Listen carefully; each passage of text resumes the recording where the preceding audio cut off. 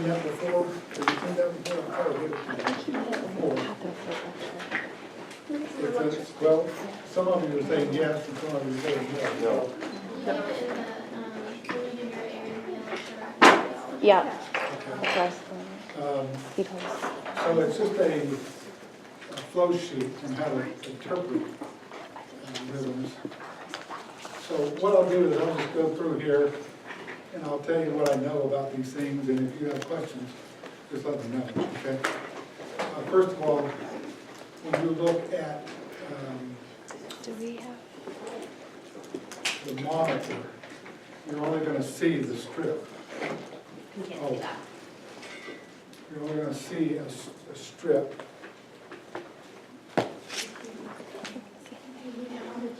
These aren't. Yeah, they're off. Thank you, Sam.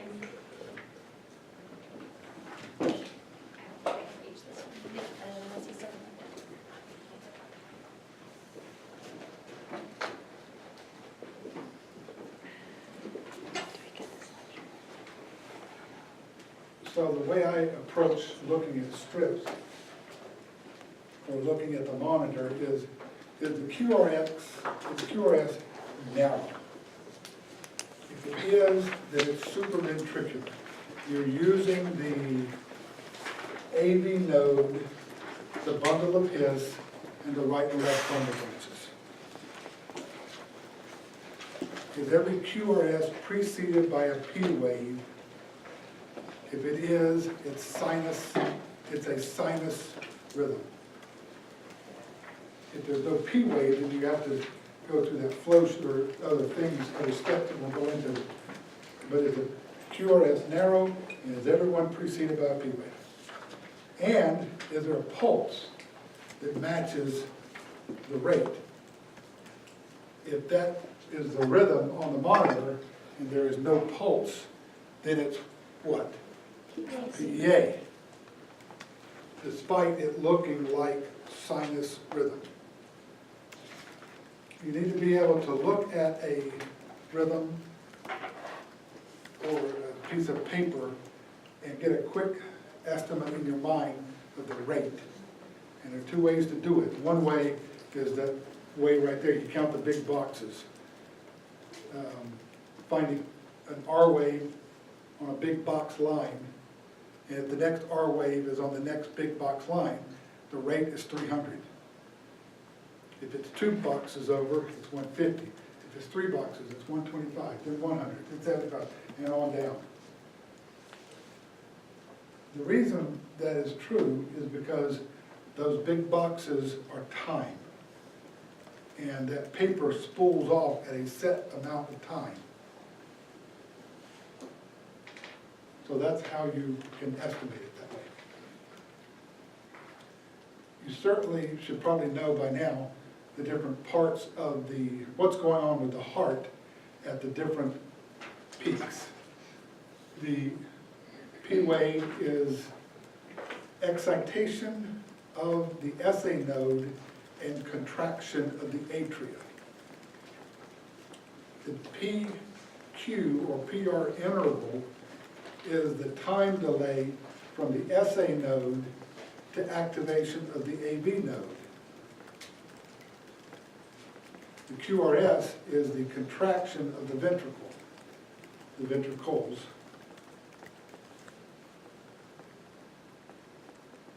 The ST interval is ventricular emptying, and the T wave is ventricular repolarization. Right? I didn't know there was an on and off button, and it was off, so he might have just hit that Oh, it might button. have just been off. Okay. All right. Any questions about that? So if the QRS is not narrow, that automatically tells you that the QRS is coming from the myometrium. It's not coming from the AV node. And you remember how this graph is produced. if the some electric potential is going towards you, there will be a positive deflection, or towards the reference point, there will be a positive deflection. And if it's going the other direction, away from the reference point, there'll be a negative deflection. That comes into play later on.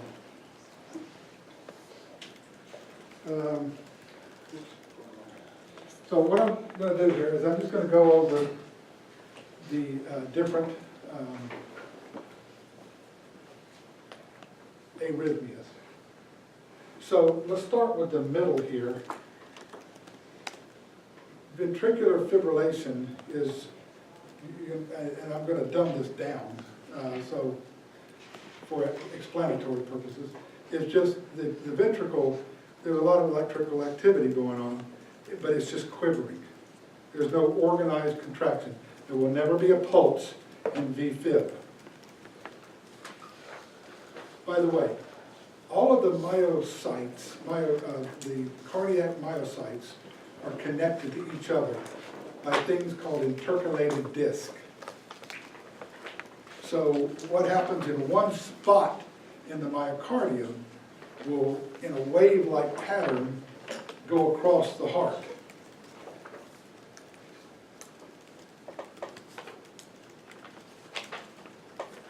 And because myocytes, once they contract, it takes them a certain amount of milliseconds to repolarize or reset the calcium to relax before they can contract again. In ventricular fibrillation, what's going on is you have dozens of myocytes that are firing. And those waves are just going all around the heart. And because they're going from all different directions, they're not producing an organized contraction. As more of these things, and with no organized contraction, the heart is going to start dying because it's becoming ischemic. And what might start off as coarse VFib, as more of these myocytes die out, there's going to be less contracting, and then you're going to wind up with fine VFib. Okay? That's how you get fine VFib. The usual way you die is illustrated up there. Here's VFib here. You're doing chest compressions, and keep in mind, when you do chest compressions, I think I mentioned this the other day, when you do chest compressions, you will see a spike on the monitor. It looks like, whoa, look, that looks like an organized rhythm. But if you stop chest compressions, it goes right away. So anytime you get confused, is the heart actually beating, stop chest compressions for a few seconds. And you know you never stop chest compression for more than how many seconds? 10. 10 seconds. All right, here we go. You're not successful. So the heart is dying, and now you get into this thing right here called an agonal rhythm or idioventricular rhythm. And what this is that the heart muscle has essentially died, but over here, this myocyte just suddenly gets a little burst of energy and it fires. A little while later, this one will fire. But it's not conducted to the point of organization. It looks almost like a PVC. A PVC produces a pulse. This does not. There's not enough tissue to produce a pulse. You treat agonal as if it's asystole. And then if you're not successful here, you will eventually go into asystole up top, where the heart is, where all aspects of the heart are dead, electrically dead. And that's what happens if you're unsuccessful. People can stay in VFib with chest compressions for quite a while. 20, 30 minutes. If they get into an agonal rhythm, they can stay in an agonal rhythm for an hour before going to asystole. A lot of times you'll have somebody in VFib, you'll go through the algorithm, you'll get them back, you'll have an organized rhythm, and then because of whatever put them there in the first place is still there, they wind up going back into VFib, you get them converted out of VFib, they go right back into VFib, and so you go back, you're chasing yourself all afternoon, and some codes can last a long, long time because of that. Okay? So let's see what's next. All right. First degree AV block is just between the SA node and the AV node, there's a conduction delay that produces an elongated PR interval. Normally the PR interval should be less than, I think, 0.12 seconds. That's 3 little boxes. If it's longer than that, that's called a first degree block. First degree block does not progress to second and third degree block. First degree block is usually not something you actually need to do anything with, other than you probably don't want to put them on things to slow things down like beta blockers or calcium channel blockers. So, we started early. Blame Travis. Where is Travis? Right here. There he is, right there. Blame me. Okay. Okay. The second degree blocks, there are 2 types. There's a type 1 and a type 2. Type 1, if you look, these are all conduction delays. If you look at the PR interval, it elongates. It gets longer and longer and longer and longer. And finally, the PR interval gets so long, you have a P wave, and that wave has dissipated and not produced an excitation in the AV node. So you have a drop beat. Long, longer, longer drop. So you'll have a non-conducted P wave. I can't see it because of the glare on this thing, but you can see it, I hope. Now, the second degree block type 2, the PR interval stays the same, and it's less than 0.12 seconds. It looks normal. It's just that you have non-conducted beats. You have an atrial contraction, but no ventricular contraction follows it. Like right there. No, that's not it. Right there. Okay? Third degree blocks, sorry about this screen. Third degree blocks, the R to R interval is the same. The P to P interval is the same. And you may actually see some QRS with a P wave right in front of it. But if you stop and think about it, if you measure the R to R interval and the P to P interval, they're the same, they're just not connected. You'll see P waves stuck down in within the QRS or elsewhere on that sample there. Do you have this? Are you looking at this? Have I sent this to you? Maybe I'll send it to you. I'll send it to you. You want it now? Mm-hmm. Would it be helpful to have it now? This is, it's on D2L, Oh, It's on D2L? under cardiology. Yeah, I think I've given you this handout before. Okay. Somebody paid attention in cardiology. Samantha did not. Okay? Now the thing about third degree block here, well, by the way, second degree blocks can progress to third degree blocks. Second degree blocks do not always have to be slow. But third degree blocks are always slow because the contraction is essentially the AV node. The AV node is the pacemaker in a third degree block. So the rate is always between 40 and 60. Most of the time it's closer to 40. So the other way to calculate rate, well, I see it right here, is on graph paper, you'll see these little pins. These little pins are 3 seconds apart. So you count the QRS complexes between 2 of them, 1, 2, 3, and multiply it times 10. So the rate here is 30. So that's how you, that's the other way you can calculate it. Third degree blocks always require a pacemaker.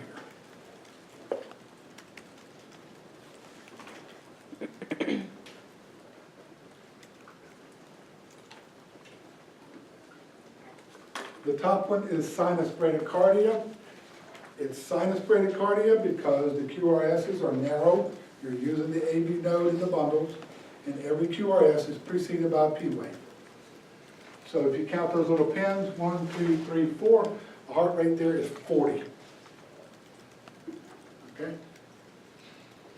Here's an example of what appears to be sort of a 6, well, it looks kind of like a 6 sinus syndrome because that R to R interval, to me, up here looks different from these two. It may not be to you. If it's normal sinus rhythm, if it's 6 sinus, whatever it is, it looks like an organized rhythm. If there's no pulse, it's PEA, or the old term EMD, electromechanical dissociation, is another term for pulseless electrical activity.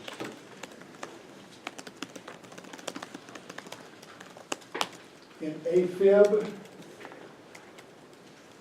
the atria are quivering. The ventricles, though, have an organized contraction. So the rate here, if you took this person's pulse, it would be 1, 2, 3, 4, 5, 6, 7, 8. It would be 80, but it would be irregular. And that's, the R to R interval is variable. And there are no discernible P waves. It looks like fibrillation between the narrow complex QRSs. It's funny, somebody was in my office, who was in my office, Abby was in my office yesterday. I had a guy come in the clinic, 32 years old, Monday morning. I said, I just haven't been feeling good. And I'm working him up, and I listened to his heart, and it's irregular. And I said, surely this 32-year-old guy cannot be an AFib. I sent him over to Good Shepherd. He couldn't get over there until 3 o'clock that afternoon. I said, well, no, it was Tuesday. I said, I'll just look at the EKG Wednesday morning when I go over there with you guys. I went in there Wednesday morning. He was in full-blown AFib. But his rate was 130, 140. So you would describe that as atrial fibrillation with a rapid ventricular response. Because here's what's going on. And this guy right here, this heart is beating 80 times a minute. But what's it doing? The atria is sitting up here. So here's the AV node right here. The atria is just sitting right here, pounding it with signals, right? And this one those signals are only getting through 80 times a minute. But that atria is contracting 600, 700 times a minute. Because it's just fibrillating. It's like the AV node had a constant bzzz instead of doom, doom, doom. It's bzzz. But it's only allowing through 80 a minute because of the refractory period. This guy on Tuesday, he was letting go, his AV node was responding to 130, 140, 150 beats a minute. That's why he felt so crappy. His end diastolic filling was down. His cardiac output was down. His blood pressure was good because he was maintaining, because he has a compliant heart. Okay? So I got him, that's the guy that, for those of you that were there on Wednesday, the young guy that came in to get that EKG, he's the guy. I said, shit. So called him up, tell him to come in. So he came in, and he was in normal sinus rhythm the next morning. But his R to R interval was, every narrow complex QRS was preceded by a P wave. He was in sinus rhythm, but they were not even. It's called 6 sinus syndrome. So he's on to a cardiologist. Okay? And it probably has a lot to do, if you guys happen to notice it, he was musculared up. He goes in weekly for testosterone injections, and he's probably just jacked himself up. He's probably induced this.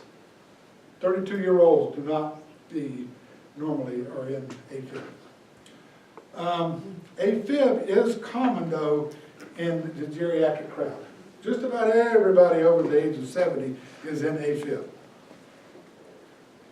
And if it's like this, you don't have to do anything with it. But if the rapid ventricular response gets so bad that they become symptomatic, then on the back of that algorithm sheet, the algorithm, ACLS algorithm sheet, if they are symptomatic AFib, you might have to convert them. And most people will convert with electricity, a shock. Okay? I don't know, is it one of those boxes on the back? It is, okay, all right. Down here is a flutter. A flutter is, okay, what's going on in a flutter is you have sinus tachycardia. If you look at those spikes on the sawtooth waves, they're within one block. So the rate of the atrial contraction, and it's organized, is 300 beats a minute. But only 80 of them are getting through. So atrial flutter is an organized atrial contraction with a normal ventricular response. Now you can have an accelerated ventricular response that if it's symptomatic you have to treat it, but ordinarily you don't. Okay. Did you guys go over the 2015-2017 issue, Government that cleared up? Professor Reggio? I don't think everybody was in here when I made that Okay. announcement, so thank you. So the American Heart Association, they come out with new guidelines every 5 years, on the 0 and the 5. The last guidelines, the official guidelines came out in 2015. That's when they issued the exam, that's where they issued that book. They come out with a new book every 5 years. But it doesn't just happen overnight. It takes them 2 years to roll it out to all of America. So even though the new guidelines come out in 2015, 2020, 2025, we don't get a new test from them until 2017. It takes over 2 years. We just got the PALS test, the 2015 PALS test 3 months ago. That's how long it takes them to roll it out. So the book that you have and the test that you're going to take are the most recent American Heart Association test from 2015 that were not rolled out until about 2017. Now, in that interval, they can sometimes make minor tweaks, but the test comes from 2015. Those 2 sheets I gave you, the algorithm sheet and the study guide, those are, right, they come from 2015. So anything that you're looking at the website, if they tweaked it this year, won't be on that test. Is that what was confusing the questions were coming from me? Anything that you're reading online that's beyond 2015 is not what your test will be writing. The test comes from that book. Can I ask you a question? On the algorithms that you gave us, for like monomorphic ventricular tachycardia, you do like adenosine, amiodarone, and then like 150 over 10 minutes, but then you do cardioversion. Well, in the book, it tells us like procainamide, even though we can't give procainamide in the U.S. anymore for first line. Procainamide disappeared from the U.S. after 2015. So that's what I meant. So like for our test, if it There's comes no up, procainamide on the test. okay, so They it would just took be it off adenosine. anyway. Okay, They had this off, it was not even included in the test. okay. To make matters worse, they left it in the PALS, the pediatric guidelines, even though you can't get it in this country. So, So just and to make matters worse, cardiologists don't even use, like for Wolff Parkinson White, it says amiodarone or cardioversion. That's not what they use. They don't even use that. They're completely off algorithm. Nonetheless, you're taking the American Heart Association test from their book, with their test, okay? And, okay, So, sorry, I have one more, sorry about that, because it's a line, what's a line of, so the algorithm for that, even if we actually the procanamide is still different from the one in but do the, you have procanamide on your, what do you have procanamide on? it's in the back of the book that says that that's the algorithm to use for the monomorphic. So when I first revised that in 2015, there were two things on that, in that box. Adenosine, amiodarone, procanamide, sotalol, Yeah. and then, well, procanamide and sotalol are gone. Okay, So I've taken them out of that box. Okay. That's why that box might be different than the book. Okay. But it's still consistent with the test. As long as you know that adenosine and amiodarone are there, you're good to go. You have, For bradycardia, do you give atropine, when do you decide transcutaneous pacing? Because on one of the websites, it was like you just do atropine and go right to transcutaneous. transcutaneous pacing used to be actually first in 2010. In 2015, they reversed it and put it at the end. So it's the last thing you consider now. So you would give dopamine after atropine? You would give atropine. So the other day I explained atropine is for little bumps, right? If you need long-term rate plus pressure, you use dopamine. If you're gonna transport somebody from somewhere, that's where you would try pacing. You know, you can use dopamine. If that's not working for you, you can use pacing. Pacing is so far down on the list right now, you're not going to see it on the test. Because people don't do transcutaneous pacing anymore. It's just, you're at a center now where you can get help. For dopamine, your dose says 5 to 10 micrograms, but online it says 2 to 10. Is yours the In my 2000? thing, it says 2 It to says 10. 2 to 10. Not on the your lecture, on the PowerPoint. algorithm. On the algorithm I handed out, it says 2 to 10. But your PowerPoint says 5 to 10. I thought I fixed that. On the algorithm sheet, it's 2 to 10. Okay. That's what I stated in class, 2 to 10. It says 2 to 20 on the website, though. On the Heart ACLS Association, website? Yeah. it's 2 to 10.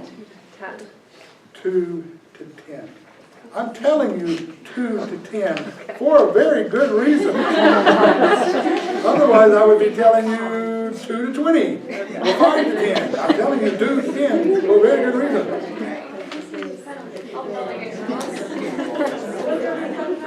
Dopamine. 2 to 10 micrograms per kilogram per minute. Got it. Okay, so was there another question? I don't know if it matters as much. Could you explain the difference between transcutaneous pacing and synchronized cardioversions, like just all of those things? Yeah, I'm going to. Okay. Well, I wasn't going to distinguish those things. Transcutaneous pacing, you've got, and that thing up there, you've got paddles. But you're probably never going to use paddles. You use pads, like the AED pads. You can pace off of those pads. You can pace with the paddles too if you want to. And all you do is turn that pacing button on, and it's shocking 60 times a minute. And then you turn up the gain or the energy level until you capture the rate. So if you've got somebody in third-degree heart block with a rate of 40, and you turn that thing on, and you're going to see a pacer spike every second if it's on 60. Well, you feel the pulse. That's did you capture the rate is the pulse. The pulse needs to match the pacing. Once you've captured it, don't turn it back down. Once you've captured it, leave it alone. So you can touch them while Uh-huh. so you can touch them while Yeah, you're doing that? but it hurts. You're being shocked. 60 times a minute. So if they can tolerate it, you need to hit them with a couple of milligrams of Versed, maybe 4 milligrams. If the first 2 didn't work, you need to sedate them if they can hemodynamically tolerate it. How does that not shock you? Huh? Check their pulse. It just doesn't. But I don't know why it doesn't. It's not as strong as the 200 jolt. Yeah, if you hit them with 300 joules on that thing, or 360 joules, it'll shock you. And when you clear, you know, the bed rails are made of metal. When you look down there, make sure you're as far away from those bed rails as possible. I looked down there one time and I was just barely off of the bed rails, and I hit them with 360 joules, and it arced across the bed and caught my thighs. So it was painful. I've also seen coworkers be close enough to where when they got shocked, their arms sometimes will do that, and they made contact with the coworker with their arms flopping. So make sure you're not just barely clearing it, clear it enough to where when the Yeah. patient flops, they're not Reach back. touching you. Yeah. Definitely. Do you max out your atropine before you move on to like the dopamine? Well, you're giving them for different reasons. Right. Atropine is a quick fix. Dopamine is for the long haul. If I've got to get you from Buffalo to Oklahoma City, I'm going to start a dopamine drip. And that way you've got rate and pressure all the way here. If I've converted you and you're bradycardic and I want to get your rate up just a little bit, I'm going to hit you with a 0.5 milligram of atropine. Because it's going to last maybe 10 minutes, then it's going to start wearing off. But by then, your body's physiology should have kicked in, and your rate should be coming up by itself. But no matter what, I do atropine first. Yeah, and if it's not coming up, and you've got the other 0.5 amp, hit them with the other 0.5 amp. That website that I found after you gave a lecture the other day, it has those megacode simulations, and when it gave us a bradycardia patient, I think you only gave 1 atropine, it might have been 2 doses, but then they want you to do transcutaneous pacing before DOPA or epi, so it's not gonna be that way on the written test. That is not correct. That is not correct. That's a problem on these. I You know, it's an internet thing, you should believe everything you read on the internet. Name. You answered my question. Okay. Yeah, it said it was like an alternative to the transcutaneous pacing, the DOPA and epi, which was weird. It says on there what page it's from, so we'll look it up. I'll find it. Transcutaneous pacing is the last thing on that algorithm for a reason. Okay. In the book, it says don't give atropine to the 2nd and 3rd degree AV block. Do we just go straight to dopamine and epi? Yes, not epi, dopamine. Epi, on that algorithm sheet I gave you, epi and norepi is there, but I put that on there for other reasons that don't have anything to do with you. The only thing I talked about the other day in class was dopamine. At 2 to 10 micrograms per kilogram per minute. Mariah, what heart blocks were those for? Second and third. Second and third. But if you have bradycardia as a result of resuscitation or beta blocker overdose or calcium channel blocker overdose or sick sinus syndrome or something else, atropine. Works great. If the heart is not going to respond to it, it's not going to hurt them. It's not going to hurt them. It's like adenosine. It either works or it's not going to hurt you. Whereas you give too much amiodarone or you give too much epinephrine, you can do damage. Can we go through all these? I'm going to get back to your cardioversion thing here in just a second. Okay, sinus tach, the QRS is narrow, so it's coming from the SA node and going, it's coming from the AV node and going down the bundle and the bundle branches.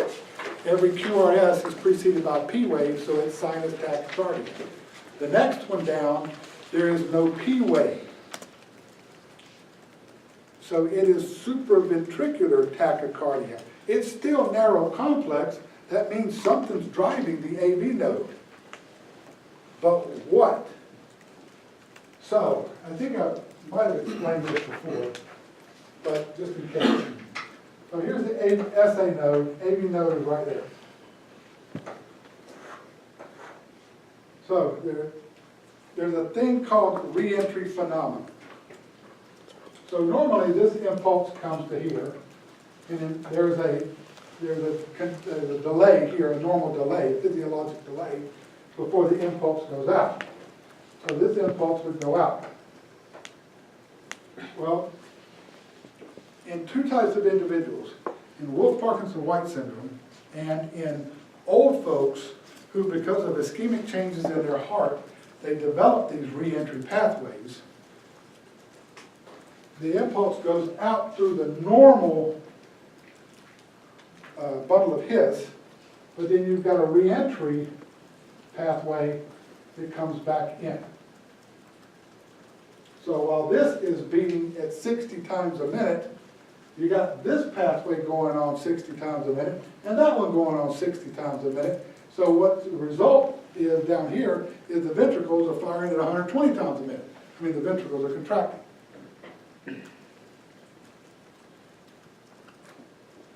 Wolff-Parkinson-White, it's a congenital reentry pathway. Old folks, it's an ischemic change-induced reentry pathway. 90% of the people that you see in SVT are going to be old folks, or more than 90%. Okay?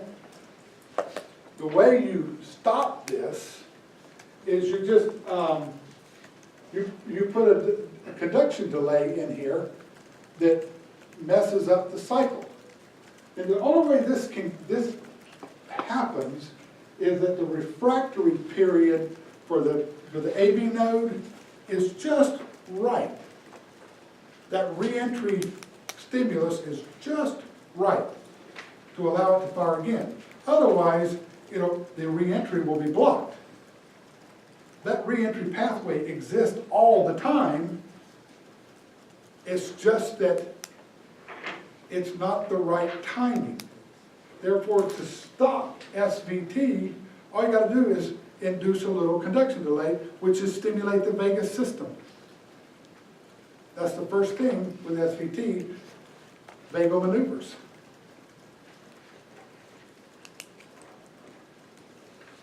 We'll go over that a little bit more tomorrow, but that's essentially what's going on here.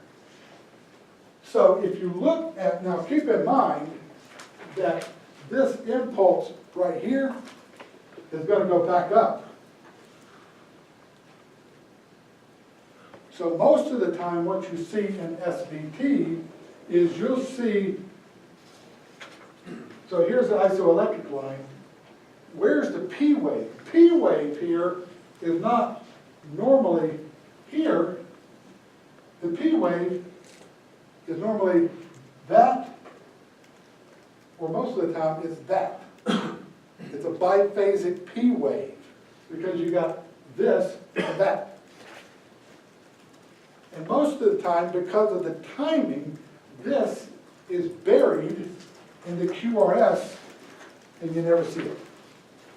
A lot of times though, what you'll see is, you'll see a little,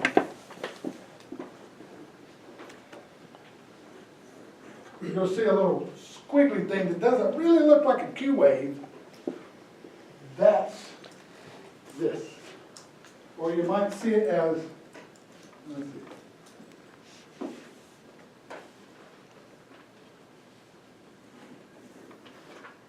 Like that. That's this. Or you might even see it something like this.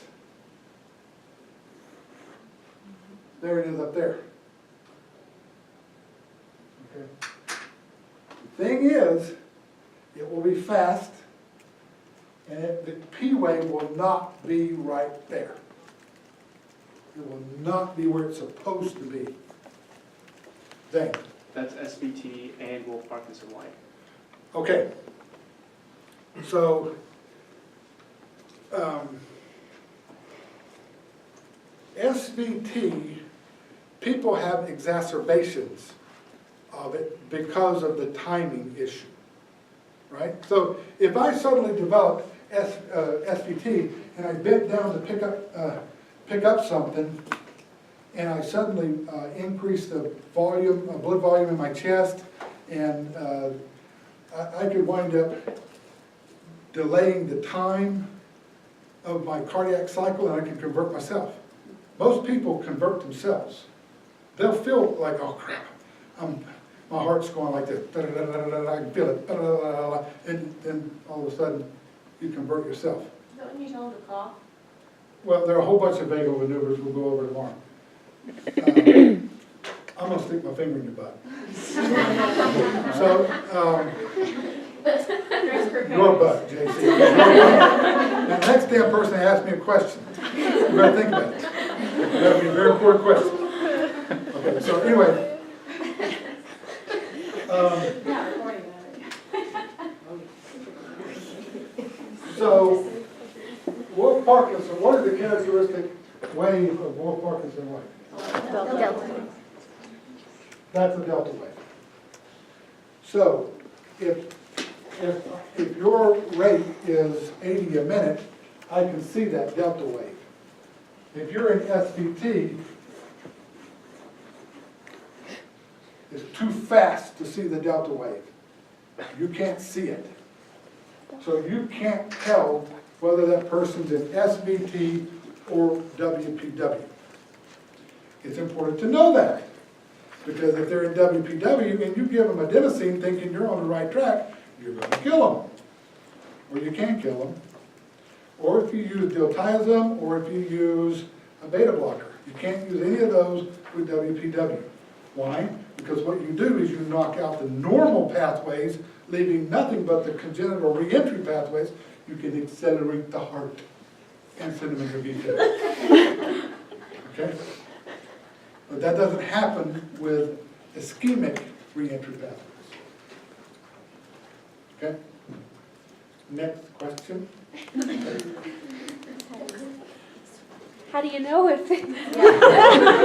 How do you know? Okay, so who did I say comes in 90% of the time in SVT? Old folks. Old folks, okay? I've got JC, the old folk here. JC, has anyone ever told you you had WPW, Wolff Parkinson White, Wolff disease, Parkinson's disease, White disease, or anything like that? No? Then you have SVT. The other thing is, what is the average lifespan of somebody with untreated WPW? Google it. 35, 40 years old. Why do you die? Why do young people die of WPW? Why do you treat WPW? How do you treat WPW?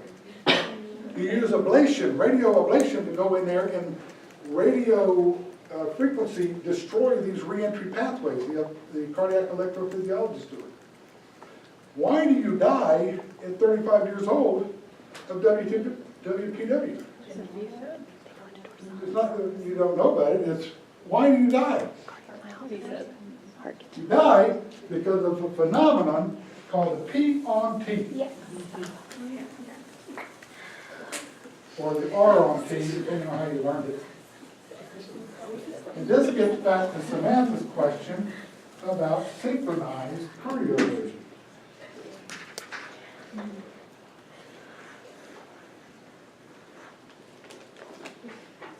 This is ventricular repolarization. So the ion flow is going, the potassium and the sodium ion flux between the myocytes is reversing. And calcium is being pumped out of the sarcoplasmic reticulum of the myocytes, right? And there is a critical point where if another impulse lands on that myocyte, when these ions are crossing, it can cause that myocyte to start fibrillating. That critical point in here is right there. So you do not want another impulse to land on top of a T wave. If it does, bam, the heart can start fibrillating. That's what happens in WPW. I'm sitting there in class and all of a sudden the re-entry phenomenon kicks in, it kicks in on top of a T wave, and I'm on the floor fibrillating. I'm dead. How do you think all of these people die in the malls, at football games, sudden cardiac death? What is sudden cardiac death? Sudden cardiac death is a lethal arrhythmia. What's the lethal arrhythmia they have? VFib. How did they get there? That. They had a PVC that landed on the top of a T-wave. Or they had something, they had some block or something that landed on top of a T-wave, and all of a sudden they were walking in the mall and it just collapsed.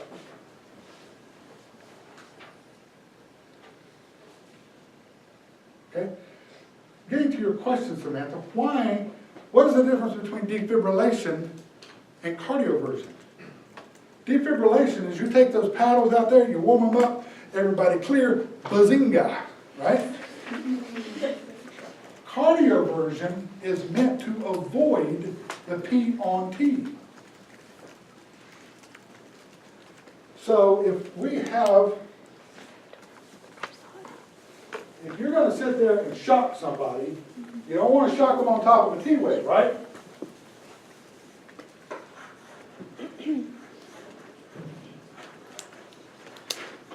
You think you can time that shock there? No, you can't. Let the machine do it for you. That little black button at the bottom left, the bottom right, you press that. It's the sync button, synchronized. What it does is it'll recognize the top of an R wave. When you put the pad and paddles on there and you press shock, it knows where that T wave is.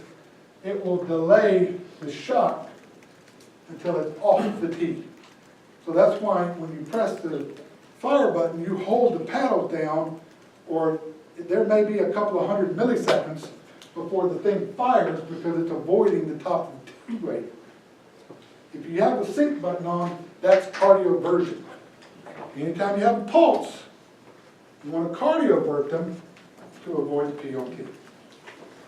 But any other, so like where you have unsynchronized, Unsynchronized means defibrillation, like the torsades. Torsades, we'll get to torsades in a minute. Okay. Wide, complex VTAC. They all look the same, right? So, there are different types. If you look on that, if you look on this sheet right here, right here and right here, it says monomorphic or monophasic VTAC. That means they all look the same. If you look right here under torsades, it says polymorphic. That means that you have wide complex tachycardia, but they don't all look the same. I'll explain why in just a second. Right here, what's going on is you're not using the AV node, the bundle branch, or the bundle of his or the bundle branches. The driver of this heart, and the rate here is, you see, there's one, so that's 300, 150, that's 170. The rate here is 170. The driver there is a myocyte somewhere out here. Because you're not using the intrinsic pathways, you're getting a ventricular contraction, but the wave is coming from here. It's coming from that one spot. But that spot does not use the AV node. That's why it's wide. That's why PVCs are wide. They don't use the AV node, the bundle of his, or the right left bundle branch.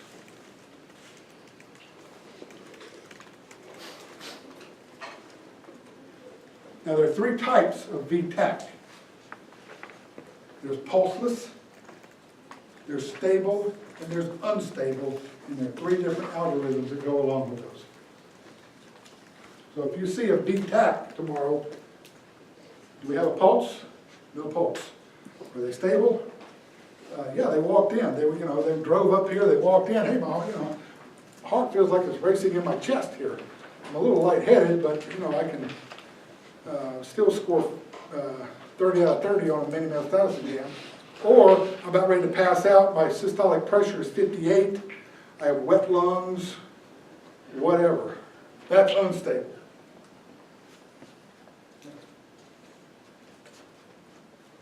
And you treat them differently. Junctional rhythm, there's no P wave. The QRS is narrow, so you're using the AV node, the bundle of this.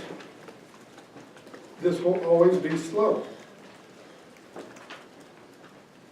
Always be 40, which is the AV node. The next one down is multifocal PVCs. So you've got, normally your rhythm, this is driving AV, the SA to AV is driving your heart, because you've got narrow complex QRSs. Every narrow complex QRS is preceded by a P wave, but then boom, you've got this thing out here firing off.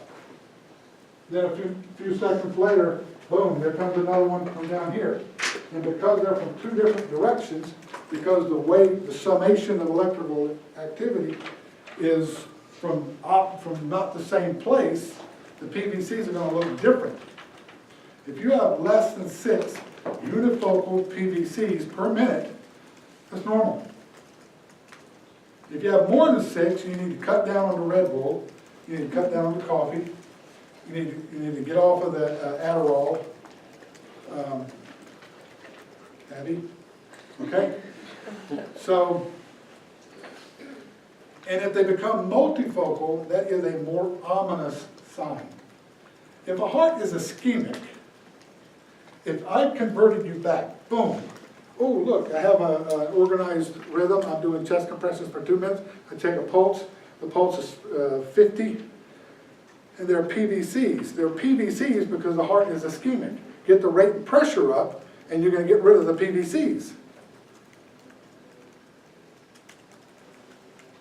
You can also use amiodarone to get rid of the PVCs, but you have to get the rate and pressure up in order to give amiodarone, right? PACs is easy. It's just, well, there's one that was not supposed to be there. I mean that one right there. That one fired off a little too early, but it went to the AV node, and you just felt it as an irregular, there was a little flip-flop in your chest. A little flip-flop in your chest is either a PAC or a PVC. Torsades down here. What happens in torsades is, so we've got, and this is really easy to understand.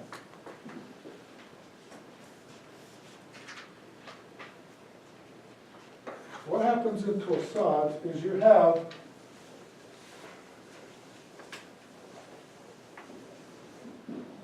this is the isoelectric line. You have VTAC, ventricular tachycardia.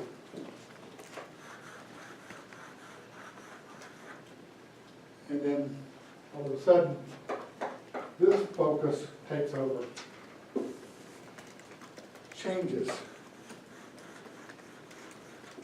And then this focus takes over, changes again. And then another place takes over. And then another place takes over. So it looks like this VTAC is twisting around the isoelectric line. It is twisting because you keep getting these ectopic foci of irritability in the ventricles. Torsades is essentially unstable VTAC. And you treat let me back up. To be more precise, torsades is an organized VFib, because you have multiple sites. It's more of an organized VFib, and I say organized because you still have a pulse. But if you don't fix it real quick, you're gonna wind up in true V-fib. And to fix it, that's why you can use magnesium citrate, 1 to 2 grams, if they're stable enough over several minutes. Or you can go right to electricity.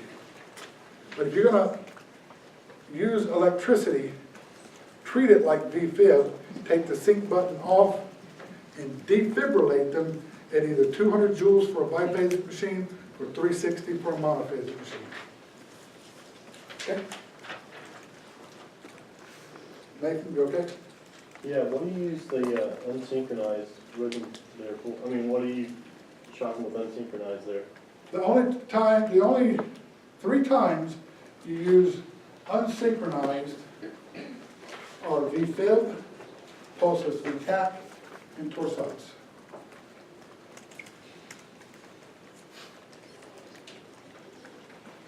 That's the thing to do.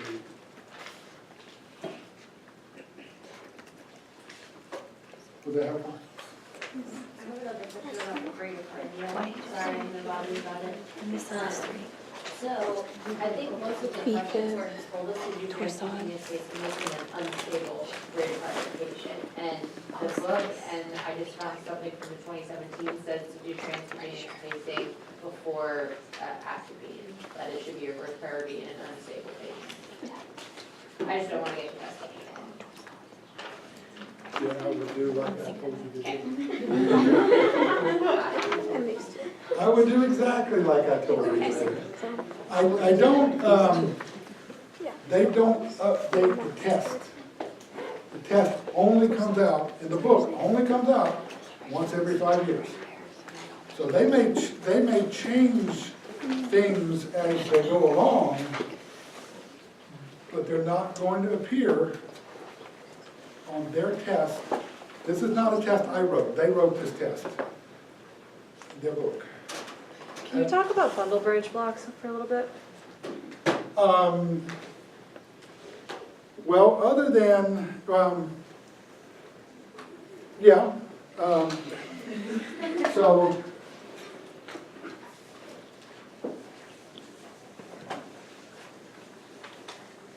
I'll tell you my version of it.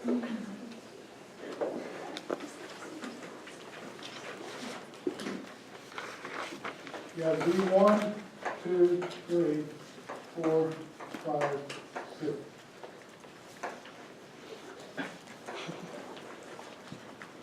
You have a right bundle branch and a left bundle branch block. Amen? Come like this. That's essentially it. That's essentially it. That's essentially it. Now, anytime you have a bundle branch block, anytime somebody comes in with chest pain and there's a bundle branch block, treat it as an active MI. Regardless if it's a posterior hemiblock, anterior hemiblock, right bundle branch, left bundle branch, whatever. If there's a bundle branch block, treat it as an MI. Go ahead and get your enzymes, get your 12 lead, okay? Treat it as an MI. You know, there's a thing that if you have a new left bundle branch block, the appearance of a new bundle branch block, then with chest pain, that's highly suspicious for MI. I don't distinguish between left bundle branch and any of the other bundle branches. If there is a bundle branch block, you might have had it 100 years. Zane, you're the guy with the bundle branch block, right? I have a bundle branch block. When I was in PA school, they did an EKG on me. I have a right bundle branch block. Been there since I was forever. If I showed up in the ER with chest pain, you better be drawing cardiac enzymes on me. Okay? All a bundle branch block is, though, is that the AV node. So you have a right bundle branch and a left anterior and a left posterior bundle branch. So you can have a block of either of those, and it's a left anterior or left posterior bundle branch block, or a complete left bundle branch block is there.